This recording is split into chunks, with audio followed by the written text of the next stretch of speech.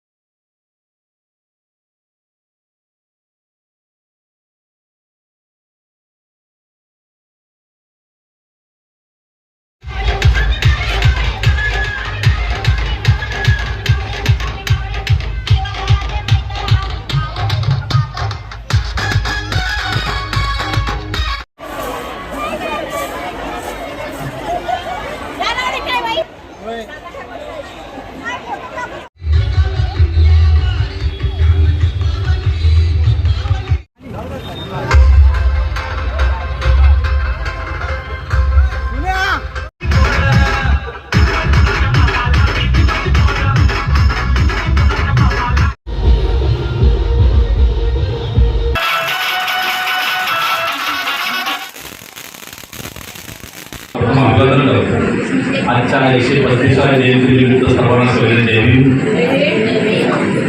बाबासाहेबांबद्दल बोलल्या एवढं तर आपण कधी मोठा होणार नाही.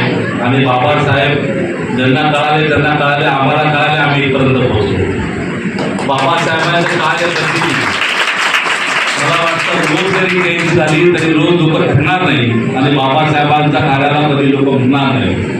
बाबासाहेबांच्या जयंतीचा उत्सव ही आपल्यासाठी दिवाळी असते. आज आपण आपली लायकी नसताना आपल्याला बाबासाहेबांनी इथपर्यंत पोहोचवलं. आपल्याला गाडीमध्ये कोणी बसवत नव्हतं, आपल्या स्वतःच्या 4 गाड्या झाल्या, आपल्या माड्या झाल्या, हे केवळ बाबासाहेबांना. आज आपल्याला राजविवाह दिसला ते पण बाबासाहेबांमुळे. आज आम्हा सगळ्यांच्या पाठीवर डोक्यावर त्यांनी हात ठेवला, समाजामध्ये आपल्याला जगायला शिकवलं, मान सन्मान दिला. अशा बाबासाहेबांना आज 135व्या जयंतीनंतर मी विनम्र अभिवादन करतो. बाबासाहेबांच्या जीवनाबद्दल आज सकाळपासून बरेच आनंद अश्रू पण वाटतात आणि अभिमान पण वाटतो की बाबासाहेबांनी एवढे खास वगैरे झालं. एक छोटीशी गोष्ट एका विद्यार्थ्याने सांगितली. एका समारंभाप्रसंगी गांधीजी आणि डॉक्टर बाबासाहेब आंबेडकर गेले होते आणि रात्री गांधीजी झोपले होते आणि पहारेकरी तिथे बघत होता. तेव्हा बाबासाहेब